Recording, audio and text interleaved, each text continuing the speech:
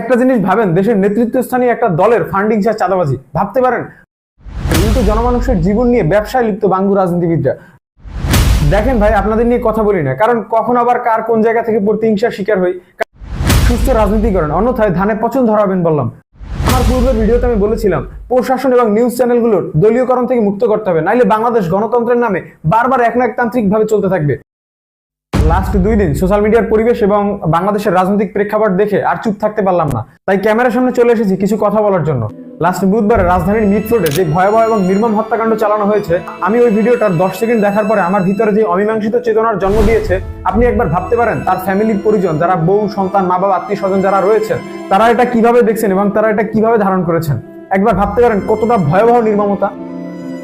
আসসালামু আলাইকুম, কেমন আছেন সবাই? আমি Ahsan Jamil, welcome back again. তো আজকের আমি কথা বলবো বাংলাদেশের রাজনীতিতে কেন বারবার এই নির্মমতম অধ্যায়গুলো ফিরে আসে। তো চলেন শুরু করি আজকের ভিডিও।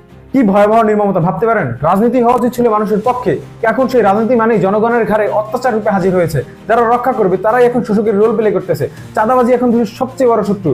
অন্যের সম্পদ অন্যায়ভাবে জোরপূর্বক আত্মসাৎ করাই হচ্ছে চাঁদাবাজি। আর সাধারণ মানুষ ওরা এখন জাস্ট শুধু সহ্য করে যাচ্ছে, জাস্ট চুপচাপ। একটা জিনিস ভাবেন, দেশের নেতৃত্বস্থানীয় একটা দলের ফান্ডিং ছাড়া চাঁদাবাজি ভাবতে পারেন? প্রতিদিন ফেসবুক কিংবা অন্যান্য নিউজ চ্যানেলগুলোর ফিডের দিকে তাকান, তাদের দলের চাঁদাবাজির সংবাদ আপনাকে উৎকৃষ্ট করে তুলবে।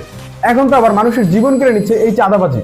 পৃথিবীর অন্য কোনো দেশে এমন দেখবেন না। শুধুমাত্র বাংলাদেশে রাজনীতি মানে হচ্ছে বিজনেস, জনমানুষের সেবার ব্রত না হয়ে কিন্তু জনমানুষের জীবন নিয়ে ব্যবসায় লিপ্ত বাঙ্গু রাজনীতিবিদরা।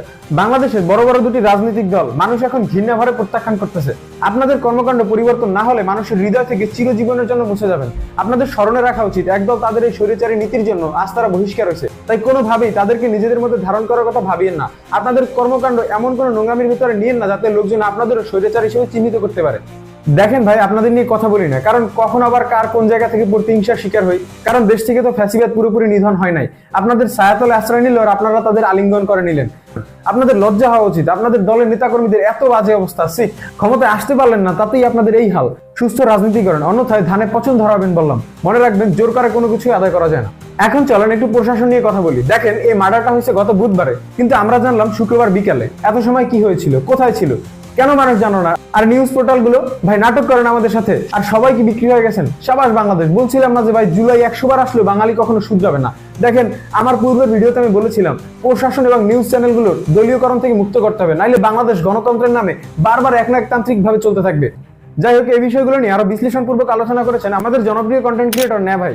তার ভিডিওর শেষ অংশটা দেখার অনুরোধ রইল। তো আজকের মতো এই পর্যন্ত। সবাই ভালো থাকবেন, সুস্থ থাকবেন। See you in the next episode. Stay connected, stay responsible.